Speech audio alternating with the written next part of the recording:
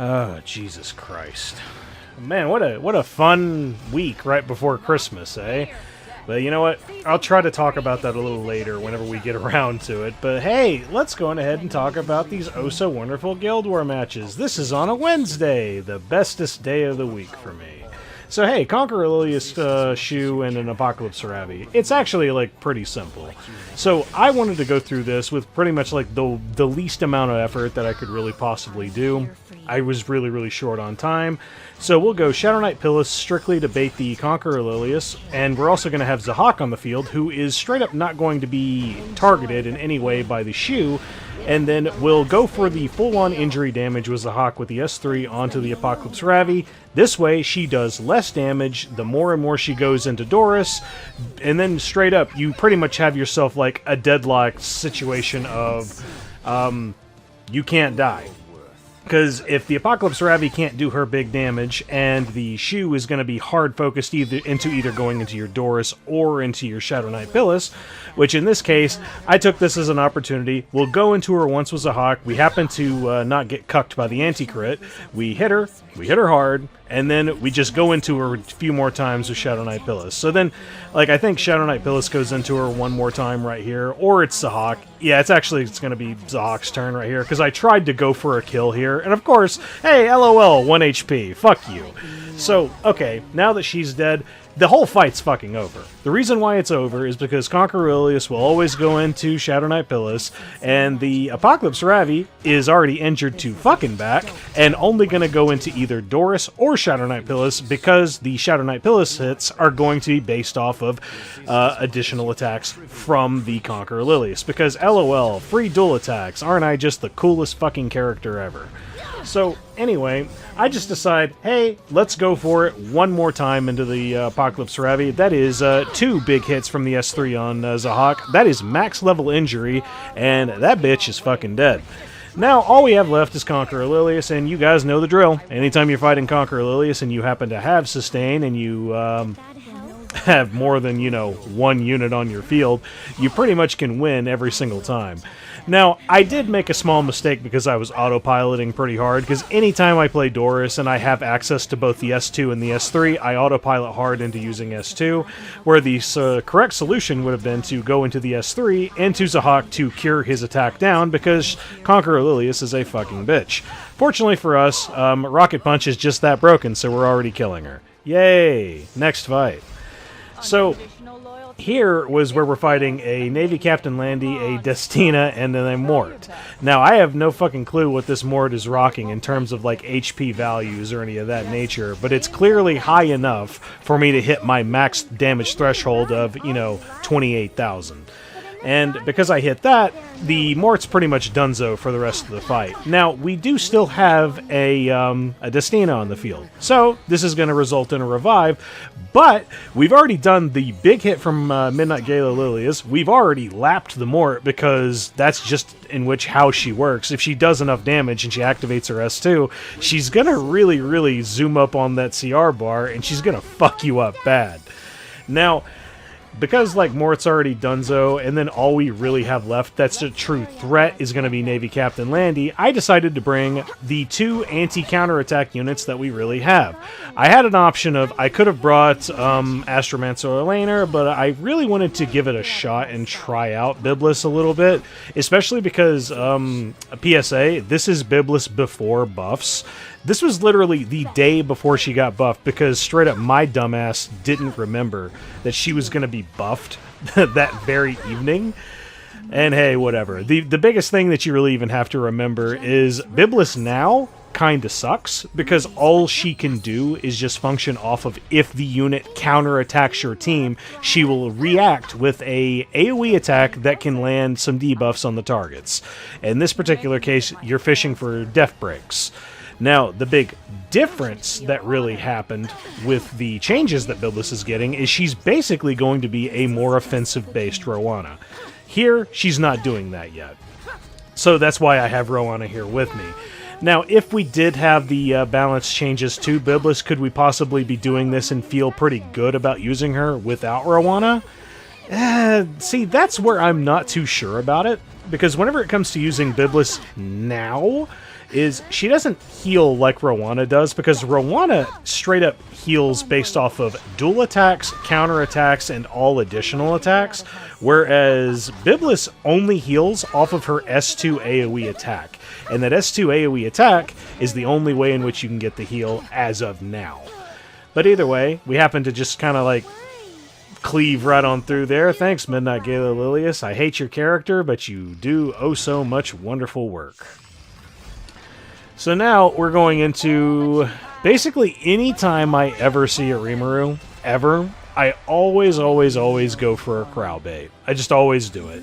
The reason why I always do it is because anytime you're fighting Rimuru, it's a matter of, do you want to have a blue bait, or do you want him to go into a target of his choosing?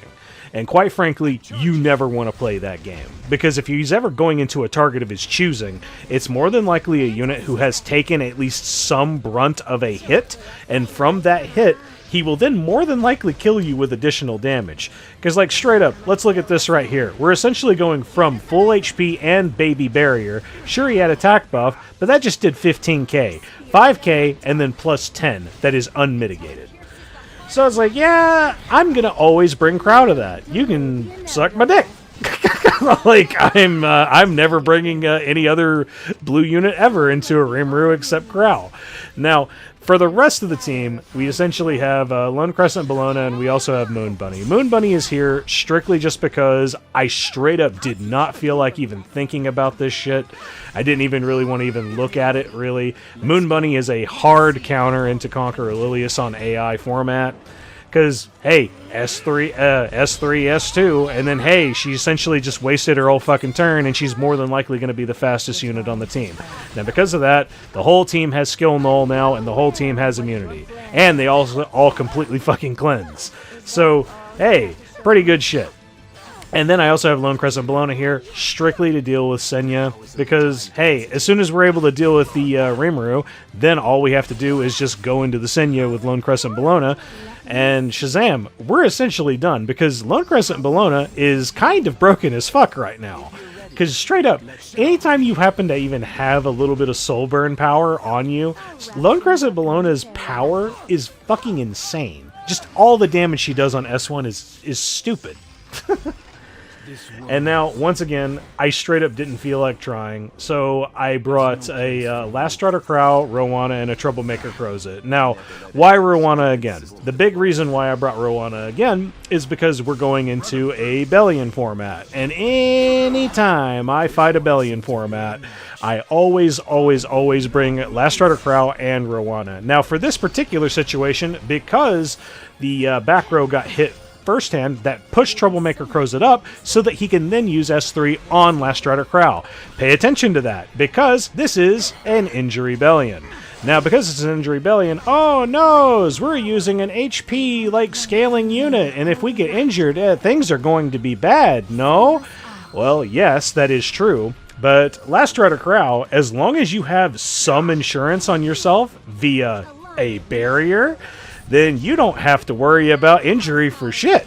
So, case in point, keep that in mind. We just went in through like a first hit from Belian, and I'm going to spoil you now. The Last Strider Krau throughout this entire fucking fight obtains no injury of any kind throughout the entire fight. And that's just because he is able to tank all of the hits from Belian so well, and able to turn cycle enough that his S2 is reactivated for every single AoE attack that's going to be going through. Case in point, he just got his second mobile weapon Siegfried out. And because of that, we're, one mobile weapon Siegfried away from doing max damage. And we've straight up already killed the Rylet. Rylet was literally the only thing that could actually even put like a tiny hole in our plans. Oh, but what about the Lionheart Cermia? Why weren't you worried about that? Biggest reason I wasn't worried about that was because I have Troublemaker Crozet here. He's going to be the primary target for Lionheart Cermia. And I also have some insurance against this attack right here. I am the victor. Because whenever we have the artifact that is on Last Strider Krau, Crown of Glory, we straight up take reduced damage from that. So, LOL. We're able to just kind of go through, Death Pierce this shit, and knock it the fuck out. Hooray! Damage mitigation's kinda fucking OP. It's been that way forever. And now, one final match for us to go through this stuff. So, hey, it's another Conqueror Lilias. Yay! And then also a Choux and a Senya. Now, there is a super, like, herpaderp easy way to do this. And the way in which you do it is like, hey, Shadow Knight Pyllis, literally any 2 other green units. Like, Roana is a great choice that you can use with it, and then you can just throw that bitch on auto and then just win. Like, usually anytime I fight this kind of stuff, it's Silvertide Christie, Roana, and then Shadow Knight Pyllis. And then I just, like, say, okay, go for it.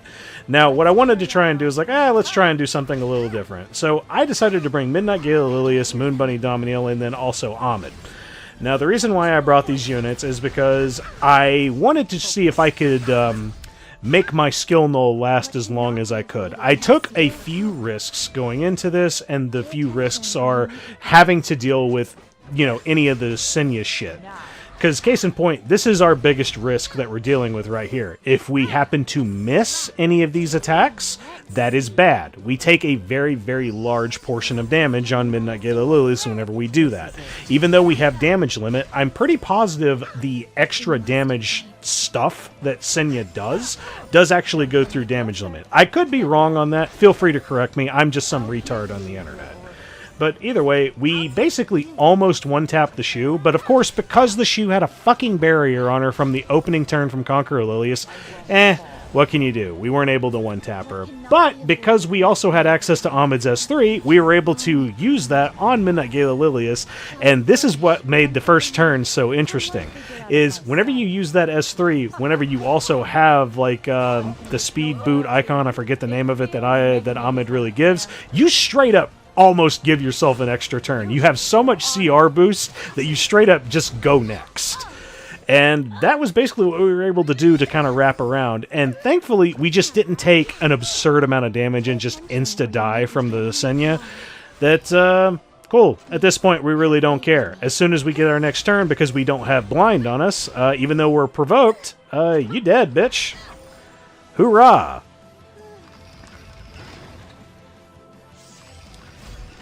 Now, one final match. In post-recording, or like whenever I was in post on this, because I finally got through it all, I then realized, you know, this would have been another really, really good match to bring Byblis to. I just straight up didn't even think to do that, because I'm a fucking retard. But hey, I see Belian, I immediately go for my first 2, which is Last Rider, Krau, and Roana, and then I was like, okay, so a Fallen Cece, and then also a Mercedes, huh? Okay, This is what I was initially going to do. I was initially going to Arunca Shenanigans this, but I then suddenly lost my nerve, and I didn't feel like I could kill on, like, opening turn. I just didn't feel confident. I felt like, oh, that might be Aureus, and I straight up might not be able to kill the Mercedes on turn 1.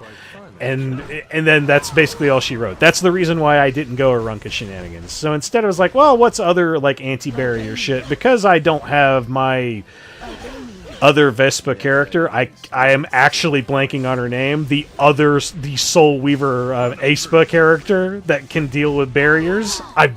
I'm sorry, fans of the character. I legit can't fucking remember her name. But, like, yeah, I don't have her really built. Okay, let's go Desert Jewel Basar. And it ultimately kind of works. Like, it works well enough. It's just, Desert Jewel Basar's, like, S2, honest to God, really does feel like, to me, it feels like it should just have 1 turn less cooldown. Just 1.